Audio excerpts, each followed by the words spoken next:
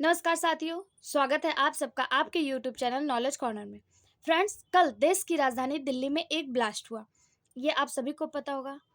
उसके पीछे का कारण, जो ब्लास्ट के पीछे का कारण है, वो अभी तक पता नहीं चल पाया है। उस ब्लास्ट को देख कर प्रथम दृष्टि से यही समझा जा रहा है कि कहीं गैस सिलेंडर फटा होगा या सीएनजी फटी होगी। कुछ ना कुछ ऐसी दुर्घटना हुई होगी और इस दुर्घटना में कई लोगों की जान चली गई।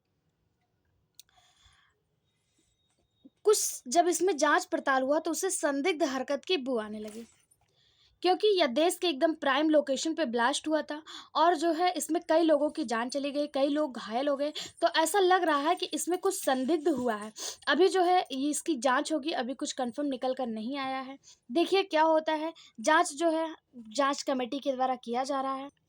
देखिए, जब ये घटना घटी, इसी के समय जब ये घटना घटी उसके कुछ समय पहले फरीदाबाद से कुछ डॉक्टर गिरफ्तार किए गए, जिनके पास विस्फोटक बनाने का सामान जो है वो प्राप्त किया गया। अमोनियम नाइट्रेट पकड़ा गया। जो मतलब ये रिपोर्ट आई है कि एक डॉक्टर के पास जो है ये सारी चीज़ें प्राप्त किया गया। ऐसे में ये सारी चीज़ें देखना कि जिस समय दिल्ली में विस्फोट हुआ, उसी समय फिरोजाबाद में डॉक्टर पकड़े जा रहे हैं। लखनऊ से भी कुछ लोग, एक लेडीज़ डॉक्टर थी, वो गिरफ्तार की गई कि उनके पास भी कुछ विस्फोटक वगैरह जो है प्राप्त हुए। तो ये एक चिंता का विषय था। फिर नज़रें दौड़ना शुरू हुई आज से 2 दिन पहले हुई घटनाओं पर। 2 दिन पहले दिल्ली एयरपोर्ट पर एक बहुत बड़े हादसा जो है हो घट होने वाला था, लेकिन हुआ नहीं।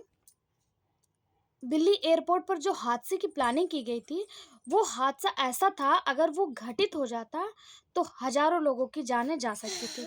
हालाँकि हमारी जो सूझबूझ है, हमारी जो सतर्क टीम है, पूरी सूचिता के साथ हमारे जो सुरक्षा एजेंसीज़ हैं, इन्होंने बहुत अच्छे से काम किया, तकनीकी विशेषज्ञों ने अच्छे से काम किया, जिसकी वजह से हम बच गए।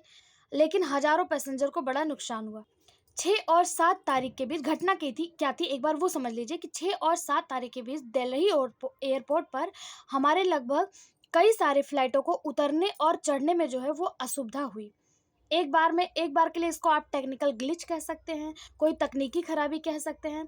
इस तकनीकी खराबी के चलते एयरपोर्ट पर अव्यवस्था का माहौल देखने को मिला।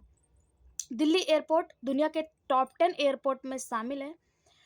अगर बात करें आंकड़ों के हिसाब से तो दुनिया के 9वें नंबर पे हमारा दिल्ली वो एयरपोर्ट आता है।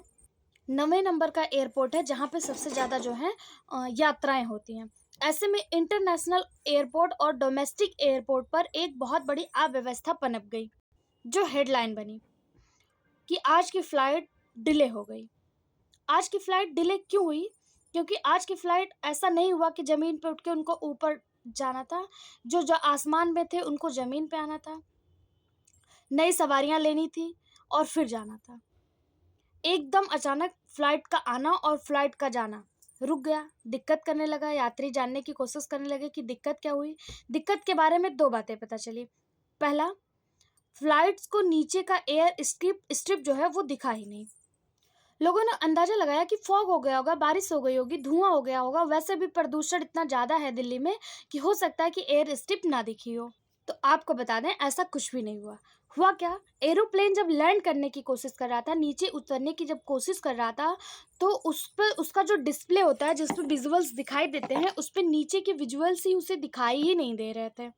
जो विजुअल्स आ रहे थे वो फर्जी आ रहे थे, या तो दिखाई नहीं दे रहे थे, या तो जो आ रहे थे वो फर्जी आ रहे थे। उस पे रनवे जो दिख रहा था उसमें डिस्प्ले में, वहाँ पे एकदम वाइट दिख रहा था, एकदम सफ़ेद दिख रहा था। और जहाँ पे रनवे नहीं है वहाँ पे उसे रनवे दिख रहा था। मतलब उसको जहाँ उतरना है, जिस जगह उतरना है, वहाँ पे उसे कुछ और दिखाई दे रहा था। पायलट्स का दिमाग खराब हो गया क्या, आप ये सोचेंगे? नहीं, पायलट्स उतर कर झांक कर रनवे नहीं देखते हैं, वो अपने डिस्प्ले को देखते हैं, उसी विजुअल्स के आधार पर वो जो है लैंड करते हैं। लेकिन उनको जो है कुछ भी सही दिखाई नहीं दे रहा था। विजुअल्स से प्राप्त नज़ारों के आधार पर वो अपने फ्लाइट को उतारते हैं, लेकिन डिस्प्ले पे जो चीज़ें दिख रही थी उसको पायलट रिलेट ही नहीं कर पा रहा था। अब आप सोचेंगे कि ऐसी स्थिति के पीछे जिम्मेदार कौन है? तो हो सकता है निश्चित ही कोई साइबर हमला हुआ हो। इसे साइबर स्पूफिंग कहा जाता है, यानी कि जो जीपीएस है उसे स्पूफ कर दिया गया है। उस समय जब ये घटना घटी तो इसे एक टेक्निकल ग्लिच मानकर ज़्यादा तवज्जो नहीं दी गई, न्यूज़ में भी बहुत ज़्यादा नहीं देखा गया। लेकिन आज जब दिल्ली एयरपोर्ट पे जो है सॉरी, दिल्ली में ये बम ब्लास्ट हुआ लाल किले से थोड़ी ही दूर पे, तो इस पे लोगों की नज़र गई, पुरानी घटनाओं से लोगों ने रिलेट किया। उस समय हमारे भारत के जो एनएसए हैं, माननीय डोभाल साहब, उनकी टीम इस विषय की जांच करने पहुंची कि यार 6-7 तारीख को जो हुआ था वो उस समय एक टेक्निकल ग्लिच मान लिया गया था, लेकिन ये टेक्निकल ग्लिच से कहीं ज़्यादा था। साथियों, 8 तारीख की शाम को ही एडवाइजरी आना शुरू हो गई थी। पहले एयरपोर्ट की तरफ से, जो सॉरी 5 तारीख को, कि कुछ दिक्कतें आ रही हैं हमारे सॉफ्टवेयर के अंदर, पैसेंजर को जानकारी देना शुरू हुई, पैसेंजर को एडवाइजरी देना शुरू हुई। 6 तारीख को सुबह-सुबह भी एडवाइजरी आई कि कुछ हमारी टेक्निकल ग्लिच आ रही है जिसकी वजह से हम प्लेन को उड़ा नहीं पा रहे हैं। फिर 6 तारीख को दोपहर में पहुँचते-पहुँचते ये खबर आना शुरू हुई कि जीपीएस स्पूफ हो रहा है, यानी कि जो सिग्नल है जिसको देखकर फ्लाइट उतरती है, उसे जो है थोड़ा-सा प्रॉब्लम हो गई है। आसान भाषा में समझिए कि अगर आप कार में जीपीएस सिग्नल देखते हुए चलते हैं कि ये हमारी लोकेशन है, यहाँ हम पहुँचे हैं, यहाँ हमें पहुँचना है, और अचानक से जो है रोड आपको परिवर्तित दिखाई देना दे, यानी कि गूगल आपको सीधी सड़क दिखाई दे और जब आप उस रास्ते में जाएँ तो आपको पुल टूटा हुआ दिखाई दे। ऐसी स्थिति से आप जो है इस परिस्थिति का आंकड़ा लगा सकते हैं, समझ सकते हैं इसके बारे में कि जिस तरह आप रोड पे जा रहे हैं, रोड पे यात्रा तो आप सभी ने की होगी, रोड पे यात्रा कर रहे हैं और आप गूगल को मैप को देखते हुए फॉलो करते हुए जा रहे हैं। गूगल मैप आपको एक ऐसी जगह ले जाके उतार देता है जहाँ पे आगे का पुल ही टूटा है। अब आप सोचेंगे कि हम तो रास्ता गूगल को देख के किए, लेकिन आगे का रास्ता खराब है ये आपको नहीं पता था। लेकिन गूगल में ग्लिच होने की वजह से, जीपीएस में ग्लिच होने की वजह से ये ऐसी प्रॉब्लमों का सामना करने को देखने को मिल सकता है। तो सेम ये कंडीशन जो होता है हुआ था। आप और हम फिर भी आँखों से देख पाते हैं कि हमारे आगे क्या है, लेकिन फ्लाइट में बहुत ज़्यादा डिपेंडेंट रहना होता है 2 प्रकार के सिग्नल पे। एक जो उसे एटीसी दे रहा होता है और दूसरा जो जीपीएस भेज रहा होता है। एटीसी जीपीएस का डेटा और ज़मीन पे लगे हुए रडार का डेटा फिक्स करके जो है फ्लाइट को उड़ाया और रोका जाता है। सोच कर देखिए, जो डेटा फ्लाइट को दिया जाता है वो डाटा अभी बायस कर दिया गया है, उसके अंदर भी कुछ न कुछ माल फंक्शन कर दिया गया है। इस तरह से न्यूज़ निकल कर आना शुरू हुई। दिल्ली एयरपोर्ट के द्वारा आम जन को सूचित करना जो है सूचित करना जारी हुआ कि भाई इंटरनेशनल एयरपोर्ट पे जो है कुछ टेक्निकल ग्लिच आ गई है। एयरपोर्ट अथॉरिटी ने कहा कि जो हमारा ऑटोमेटिक मैसेज स्विच सिस्टम है, अब ये क्या होता है, जैसे मान लीजिए एक फ़्लाइट आनी है और एक फ़्लाइट जानी है। इस पे जो है आप जो है फ़ोन के माध्यम से लोगों को सूचित कर रहे होते हैं कि हाँ भाई अब तू उतर, अब तू नहीं उतर, या अब तू जा या तू नहीं जा। ये आप फ़ोन के माध्यम से सूचना दे रहे होंगे। एक फ़िल्म है भारत में बहुत ज़्यादा फ़ेमस है धमाल नाम से, आई होप सो आप सभी ने देखा होगा। उसमें जो है विजय राज हैं, वो जो एटीसी के टावर पे बैठे हुए हैं और वो सूचना दे रहे हैं, फ्लाइट को उतरने का अभी सही समय नहीं है, बटन ये दबाना था, बटन वो दबाना था, आपने गलत दबा दिया। मतलब आज कॉमेडी नहीं है, लेकिन फिर भी आप उसके माध्यम से आप समझ सकते हैं कि किस तरह से एटीसी फ्लाइट को सूचना दे रहा होता है। जब छोटा एटीसी होता है तो वो काम मैनुअली हो जाता है, लेकिन सोचिए ना 800 फ्लाइट डिले हो गई, यानी कि 800 फ्लाइट को उतरना तय था। अगर 1 घंटे की औसत के हिसाब से भी आप देखें तो कम से कम 30 से 35 फ्लाइट 1 घंटे में उतरनी है। जब 1 घंटे में इतनी फ्लाइट उतरनी थी तो हर फ्लाइट का टेक ऑफ, लैंडिंग, रनवे पर लोकेशन, उनके लिए वे बनाना, उनका उड़ना, इस सब को संचालित करने में तकनीकी की आवश्यक थी। ऑटोमेटिक मैसेज वगैरह का इस्तेमाल किया जाता था, ना कि मैनुअली होता था। सारी चीज़ें ऑटोमेटिकली जो है वो अपडेट हो रही थी। पायलट बता देते हैं कि अब हम लैंड हो गए, वो सूचना खट से दूसरी तरफ चली जाती है। दूसरा अपडेट होता है कि नहीं हमने उड़ान भर ली है, वो भी अपडेट हो जाता है। सारी चीज़ें जो है वो ऑटोमेटिक जो है वो अपडेट होती हैं। जब बहुत बड़े एयरपोर्ट की अगर बात की जाए कि डेटा जो है वो अपने आप ऑटोमेटिक अपडेट होता हुआ चला जाता है। लेकिन यही सिस्टम जो है वो गड़बड़ा गया। तो ना केवल जो पायलट की स्क्रीन पे है वो गड़बड़ा गया, अपितु इस मैसेजिंग के थ्रू, जिस मैसेज के थ्रू ये सारा काम होता है वो भी गड़बड़ा गया। यानी कि मैनुअल काम भी ठप हो गया। यानी कि इस फ्लाइट को आने दो, इस फ्लाइट को जाने दो, इसे अगर आप मैनुअल भी बता सकते थे तो ये प्रोसेस भी जो है वो ठप हो गया। फ्लाइट डिले होने लगी, फ्लाइट कैंसिल होने लगी। इंडिगो की तरफ से मैसेज आया, मतलब सारे फ्लाइट्स की तरफ से मैसेज आया कि फ्लाइट कुछ टेक्निकल ग्लिच की वजह से जो है फ्लाइट डिले हो गई है, जिसको मैनुअली करना पड़ रहा है। लेकिन इससे बड़ी चिंता का विषय ये है कि आसमान में इतनी सारी फ्लाइट उड़ रही हैं, लेकिन वो रास्ते में नहीं दिख पा रही हैं। मतलब सोच कर देखिए, आप दिल्ली आ रहे हो और मान लीजिए आपके पास फ्यूल की कमी हो, तो वो फ्लाइट क्या करेगी? तो वो फ्लाइट कहीं ना कहीं रुकेगी, भटकेगी, किसी दूसरे एयरपोर्ट पे जाने का प्रयास करेगी, आसपास के किसी एयरपोर्ट पे जाने का प्रयास करेगी।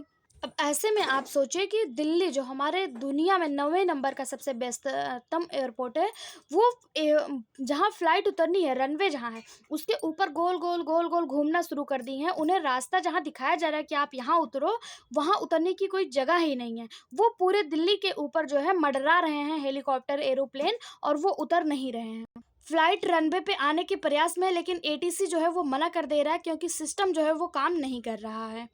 मतलब स्थिति सोचिए आप, जो उसमें है प्लेन में, उनकी व्याकुलता को समझिए। जब आप फ्लाइट में सफ़र करेंगे तो आपको महसूस होगा कि जब फ्लाइट लैंडिंग के समय जो होती है, लोगों के मन में एंजाइटी होती है, और अचानक से जो है फ्लाइट गोल गोल घूमना लोगों को कितना मतलब ज़्यादा डिप्रेस कर रहा होगा। पायलट भी कुछ समझ नहीं पा रहा है कि क्या होने वाला है। पूरी तरह से अनिश्चितता का माहौल है। फ्लाइट को चलाने वाला पायलट भी समझ नहीं पा रहा है कि उसे क्या करना है। हमने अभी थोड़े दिन पहले जो गुजरात में विमान में जो हादसा हुआ था एयर इंडिया विमान का, उससे पूरा देश स्तब्ध था, पूरा देश जो है सदमे में था। सोचिए, 8-9 फ्लाइट अगर मतलब एक साथ अगर बाधित कर दिया जाए, 800 फ्लाइट, सॉरी 8 नहीं 800 फ्लाइट, तो कितने बड़े हमले को मतलब अंजाम दिया जा सकता है, जिसको आप टेक्निकल ग्लिच मान रहे हो। वो हो सकता है कि एटीसी को मैसेज देने में दिक्कत आ गई, सॉफ्टवेयर खराब हो गया हो। धीरे धीरे पता चलता है कि इसके सिग्नल्स में तोड़ मरोड़ किया गया है। कैसे? जैसे कोई फ्लाइट जब उड़ रही होती है, क्या है, हमारी फ्लाइट जहाँ पे उड़ रही होती है 18 से 20 किलोमीटर के रेंज में, उनको सिग्नल अंतरिक्ष में चल रहे जीपीएस के द्वारा मिलता है। जीपीएस क्या है? तो अमेरिका ने अपनी तरफ से 31 सैटेलाइट जो है वो अंतरिक्ष में छोड़े हुए हैं, जो पूरी धरती पर घूमते हैं और उनकी स्थिति का पता लगाते हैं। इसी को जीपीएस कहा जाता है। ये वहां से सिग्नल्स को जो है भेजते हैं, दुनिया भर में भेजते हैं। जीपीएस के थ्रू दो तरह के सिग्नल भेजे जाते हैं। जीपीएस का फुल फॉर्म है जीपीएस का फुल फॉर्म है ग्लोबल पोजिशनिंग सिस्टम। जैसे भारत के पास IRNSS करके अपना खुद का जीपीएस सिस्टम है, वैसे ही ये लोकल जीपीएस है, वैसे ही अमेरिका के जीपीएस का नाम है ग्लोबल पोजिशनिंग सिस्टम। उनका नाम ही जीपीएस है, ठीक है। इसी तरह बहुत सारे देशों ने बनाया हुआ, जैसे चाइना वालों ने बाइडू करके बनाया हुआ, और देशों ने भी अपना जीपीएस सिस्टम जो है वो बनाया हुआ है। लेकिन वर्ल्ड में जो सबसे ज़्यादा ट्रस्टेड है वो अमेरिका का जीपीएस है। उसने 31 सैटेलाइट के माध्यम से पूरे पृथ्वी को दिशा दी हुई है। अमेरिका के जो सैनिक हैं, उनके लिए वो एक अलग से मैसेज निकालता है। सैनिकों के लिए वो अलग इनक्रिप्टेड मैसेज निकाल के छोड़ देता है। बाकी जनता के लिए आप कह सकते हैं ओपन टाइप का मैसेज जो है वो जीपीएस छोड़ता है। इसी जीपीएस के सिग्नल्स आप और हम गाड़ी में यूज करते हैं, या फिर फ्लाइट वाले जो हैं वो यूज करते हैं, कहाँ उड़ना है, कहाँ उतरना है। जैसे फ्लाइट को ना उड़ान का एक मतलब पूरा आसमान उनके उड़ान के लिए नहीं होता है, उनको उड़ान के लिए एक फिक्स पाथ दिया जाता है कि आप इस कोऑर्डिनेट के बीच में उड़ेंगे। इसको निर्धारित कौन करता है? तो इसी जीपीएस के माध्यम से इसको निर्धारित किया जाता है।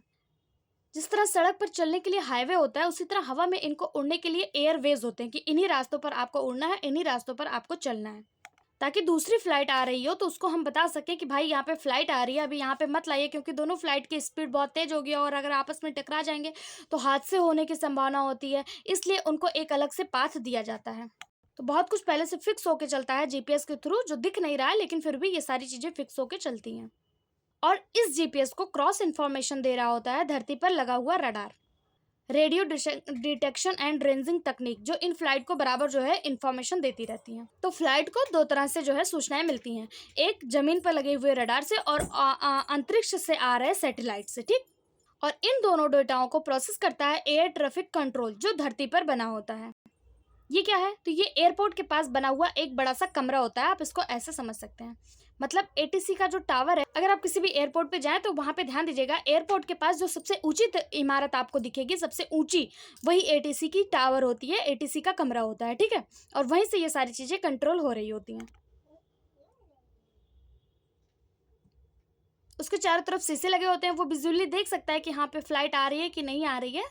तो वही जो होता है वो होता है। तो जो सूचनाएं एटीसी कंट्रोल कर रही थी और वहां पे डिस्प्ले पे आ रही थी, एरोप्लेन से आपको नीचे कुछ भी दिखाई नहीं देता है, कुछ भी नहीं दिखा देगा आपको, सारी चीजें जो है वो ब्लैक ग्रीन वगैरह ऐसे ही दिखेंगी, लेकिन जो डिस्प्ले होता है वहां पे सूचनाएं आ रही होती हैं, और वो सूचनाएं ही, वो डिस्प्ले ही गड़बड़ कर जाए तो सोचिए नजारा कैसे होगा, लोग कितना ज्यादा कंफ्यूज हो जाएंगे, कितना ज्यादा भगदड़ मचाएगी, कितना ज्यादा एंजाइटी हो जाएगी लोगों में, पायलट खुद भी कितना परेशान हो जाएगा। तो वही चीज जो है निकल के आ रही है। सोचिए कि कितनी भीषण स्थिति पैदा करने का प्रयास था कि 12 घंटे तक पूरा का पूरा मामला बिगड़ गया, साइबर अपराध हुआ, साइबर हैकर्स ने इस तरह का डेटा फ्लोट किया कि रास्ता लोग भूल गए, विमान गड़बड़ा गए, दिल्ली के ऊपर हवाई जहाज गोल गोल चक्कर काटने लगे, गोल गोल घूमने लगे। सोचिए अगर 2 विमान आपस में भिड़ जाते तो कितना बड़ा हादसा हो जाता। उम्मीद है आपको जीपीएस स्पूफिंग समझ में आई हो और इस स्पूफिंग को करने का तरीका भी समझ में आया होगा। अब आप सोचेंगे कि जीपीएस स्पूफिंग क्या पहली बार हुई है? तो नहीं, इसको करने का कई बार प्रयास हो चुका है। जो नवंबर 2023 से फरवरी 2025 के बीच 465 मामले निकल के आए थे। अमेरिका, रसिया, चाइना सभी बड़े देश जो हैं वो जीपीएस स्पूफिंग जानते हैं, करते भी हैं। फिलहाल के लिए मिडिल ईस्ट हो या फिर रसिया, जहाँ पे वार चल रहा है, वहाँ पे जीपीएस स्पूफिंग बहुत ज़्यादा किया जा रहा है। जहाँ पे तनाव है, लड़ाई है, वहाँ पे जीपीएस स्पूफिंग जो है होती रहती है। भारत के अंदर, भारत की राजधानी दिल्ली है, अमृतसर है, जम्मू है, इन क्षेत्रों के अंदर जीपीएस स्पूफिंग जो है वो की जाती रहती है, क्योंकि दुश्मन प्रयास करता रहता है कि मैं कोई हादसा जो है वो कर पाऊँ। अर्थात ये कोई ऐसी चीज़ नहीं है जिसके बारे में हमारे पायलट्स को नहीं पता होता, लेकिन इतने बड़े स्केल पे हो जाए कि जिससे कि मामला ही गड़बड़ा जाए, ये जो है किसी साइबर हमले से कम नहीं होता है।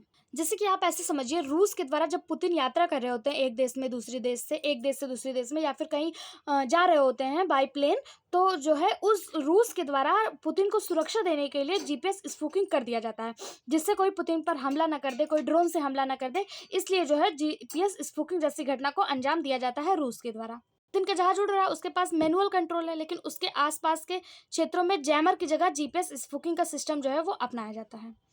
अगर किसी मिसाइल को, हवाई जहाज को टारगेट करना है, तो वो हवाई जहाज अगर यहाँ उड़ रहा है तो यहाँ ना दिखकर यहाँ दिखता रहता है, जीपीएस स्पूफिंग के मामले में। ठीक है, स्पूफिंग की वजह से लोकेशन जो है वो दूसरी जगह दिखने लगती है। और आजकल ना है, ये काम बहुत सस्ते में होने लगा है और कोई भी साइबर अपराधी बैठकर ये काम को कर लेता है। इस तरह की हरकतों के अंदर देश के अंदर जो है बहुत बड़ी दिक्कत हुई, लेकिन हमारा डर इस बात पे नहीं था। हमारा जो डर था, हमारा ऑटोमेटेड मैसेज स्विचिंग सिस्टम भी गड़बड़ा गया, जिसके माध्यम से हम फ्लाइट का रूट, फ्लाइट कब उड़ान भरेगी, देरी की सूचना, सब हमारा गड़बड़ा गया। ऐसे में सब कुछ बंद हो गया, यात्रियों को भी असुविधा होने लगी, एटीसी पर काम का बोझ बढ़ गया, लोगों में देरी की वजह से भीड़ बढ़ती चली गई, भीड़ में भगदड़ हो गया, सुरक्षा के कई सारे कारण निकल कर आए, मतलब सुरक्षा में भी जोखिम हो गया, तमाम अव्यवस्थाएं जो है वो पैदा हो गई। नागरिक उड्डयन मंत्री यहाँ पे पहुंचते हैं, मुआयना करते हैं, शाम तक पहुंचते अगले दिन जो है 12-13 घंटों में ये मामला जो है पूरा रिजॉल्व होता है। 7 तारीख को ये सारी चीजें नॉर्मल हो जाती हैं। लेकिन उसके 2 दिन बाद जब दिल्ली में धमाके होते हैं, और ऐसा धमाका जिसमें लोगों की जान चली जाती है, तो फिर अचानक दिमाग दौड़ने लगता है। दिल्ली में धमाका हुआ, आरडीएक्स बरामद हुआ, जीपीएस स्पूफिंग हुई, कहीं ये सारी घटनाएं आपस में तो कनेक्टेड नहीं है। इसीलिए एनएसए ने अपने स्तर पर इस जीपीएस स्पूफिंग की आज आईजीआई स्तर पर जो है वो जांच बैठा दी है। अब मैं यहाँ पे आपको कुछ एक्स्ट्रा जानकारी दे देती हूँ कि दिल्ली में जो हादसा हुआ और उसके साथ साथ एयर इंडिया के साथ साथ जो घटनाएं हुई, उसके अलावा भी देश में बहुत कुछ चल रहा है। जैसे कि 3 आतंकी जो है वो गिरफ्तार किए गए गुजरात एटीएस के द्वारा। ऐसे ही एक्सप्लोजिव जो है वो बरामद हुए फरीदाबाद के अंदर एक डॉक्टर के द्वारा। वो अपने आप में एक बड़ी न्यूज़ बनी। और दिल्ली में धमाका, इससे पता चलता है कि हमारे देश में कुछ बड़े आतंकी हमलों की जो है प्लानिंग काफ़ी टाइम से चल रही है, कुछ बड़ा करने की निरंतर प्लानिंग चल रही है। लेकिन जो हमारी सुरक्षा एजेंसी है, उनके द्वारा हादसों को हम लोग टालते जो है चले जा रहे हैं। लेकिन इतने बड़े स्केल पर जब प्लानिंग होती है ना, तो वो निश्चित ही देश के लिए सोचने का विषय है। दिल्ली में जो हादसा हुआ है वो अभी तक खुलकर नहीं आया है कि ये किसी मतलब आतंकवादी का काम है। इसे अभी तक आतंकवादी घटना नहीं दी जा रही है कि ये मतलब कार में गैस की वजह से हुआ है या किसी आतंकवादी का काम है। इस पर अभी कुछ भी निकल कर नहीं आया है।